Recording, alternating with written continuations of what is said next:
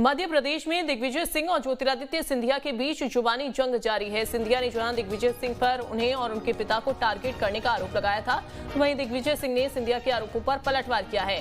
दिग्विजय सिंह ने कहा कि माधवराव सिंधिया को मैं ही कांग्रेस में लेकर आया था, कांग्रेस की सरकार में ही वो केंद्र में मंत्री बने। ज्योतिरादित्य सिंधिया पर पलटवार करते हुए दिग्विजय ने कहा कि ज्योतिरादित्य सिंधिया अभी बच्चे हैं।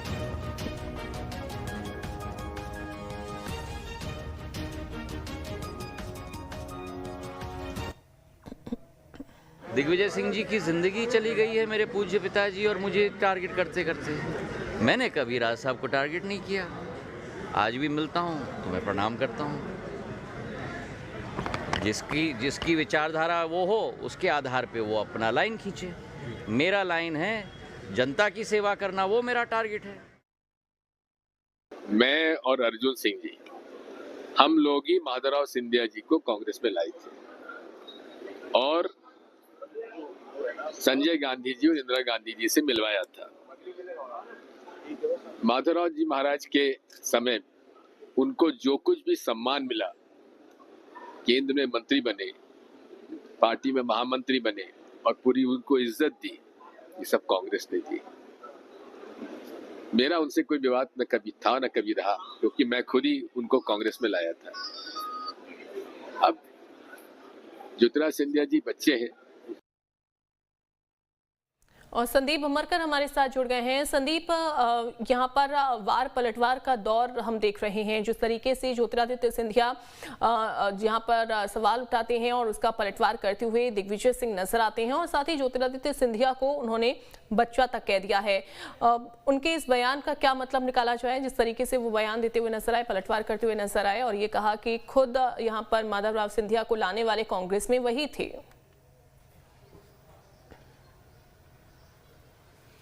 देखिए, वैसे ये राजा और महाराजा के बीच की बात है। राजा दिग्विजय सिंह और महाराज ज्योतिरादित्य सिंधिया, और इन दोनों के बीच में रार कोई नई बात नहीं है। और जितनी रार इन दोनों के बीच में है उससे कहीं ज़्यादा इनके समर्थकों में है। इनके समर्थक ही आपस में इतना लड़ झगड़ जाते हैं कि ये सीधी सीधी लड़ाई दिग्विजय सिंह और ज्योतिरादित्य सिंधिया के बीच में आ जाती है। अभी आप दोनों की लैंग्वेज को ही समझ लीजिए। ज्योतिरादित्य सिंधिया राजा करके संबोधित कर रहे हैं दिग्विजय सिंह को और दिग्विजय सिंह महाराज करके संबोधित कर रहे हैं। तो ये एक दूसरे के प्रति इज्जत का भाव है। लेकिन सियासत में ये देखा गया है कि दोनों ही लोगों ने, जब कांग्रेस में दोनों साथ में थे, तब दोनों अपने एक दूसरे की इज्जत का इस बात पर ख्याल रखते थे और एक दूसरे की जगह जो क्षत्रप है, यानी ग्वालियर चंबल संभाग में अगर ज्योतिरादित्य सिंधिया की चलती है, उनको फ्री हैंड दिया जाता था, तो दिग्विजय सिंह भी ऐसी जगहों पर हस्तक्षेप नहीं किया करते थे। और सेम जो है वो राजगढ़ गुना इलाके में होता था। राजगढ़ गुना इलाके में ज्योतिरादित्य सिंधिया दखल नहीं देते थे, वहाँ दिग्विजय सिंह की ही चलती थी। तो ये आपस में एक सियासी बंटवारा था जिसका पालन दोनों ही नेता बराबर करते थे। लेकिन आप अनुमान लगा सकते हैं कि जब कांग्रेस की कमलनाथ की सरकार थी, इसके बाद ज्योतिरादित्य सिंधिया के बीजेपी में जाने के बाद में समूची कांग्रेस के निशाने पर ज्योतिरादित्य सिंधिया आ गए हैं, तो दिग्विजय सिंह उसमें सबसे बड़े सिपह सालार हैं जो सिंधिया पर आक्रमण करते हैं। दरअसल सिंधिया पर आक्रमण करना, राजनीतिक बयानबाजी करना आसान बात नहीं है और दिग्विजय सिंह इसकी अगुवाई करके अपने कांग्रेस के कार्यकर्ताओं को हिम्मत देने, मौका देने का काम करते हैं। अभी रार इतनी तेज हो गई है कि सिंधिया की वजह से जो ग्वालियर चंबल इलाका कांग्रेस के लिए अब खाली माने जाने लगा है, वहां पर सबसे ज्यादा हस्तक्षेप करना दिग्विजय सिंह ने शुरू किया है। और दिग्विजय सिंह अगर कांग्रेस के लोगों को ग्वालियर चंबल इलाके में खड़ा कर रहे हैं, नई टीम बना रहे हैं, तो वो सीधा सीधा सा सिंधिया के समर्थकों को और ज्योतिरादित्य सिंधिया के खेमे को ठीक नहीं लगेगा। तो इसीलिए ये रार इस तरह से आ रही थी।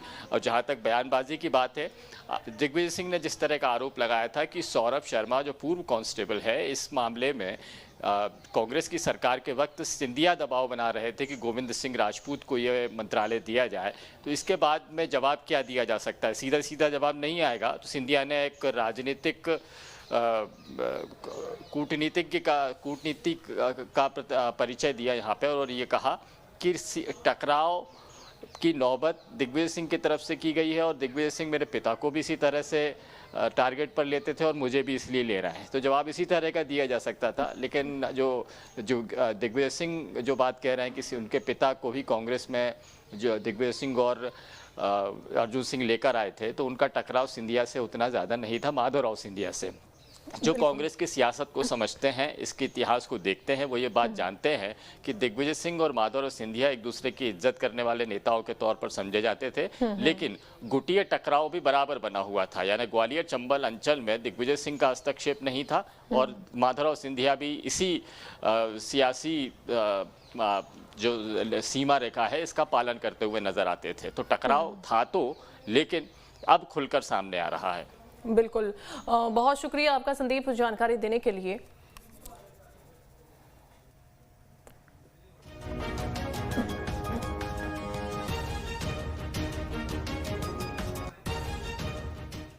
आगे बढ़ेंगे, मध्य प्रदेश के खंडवा में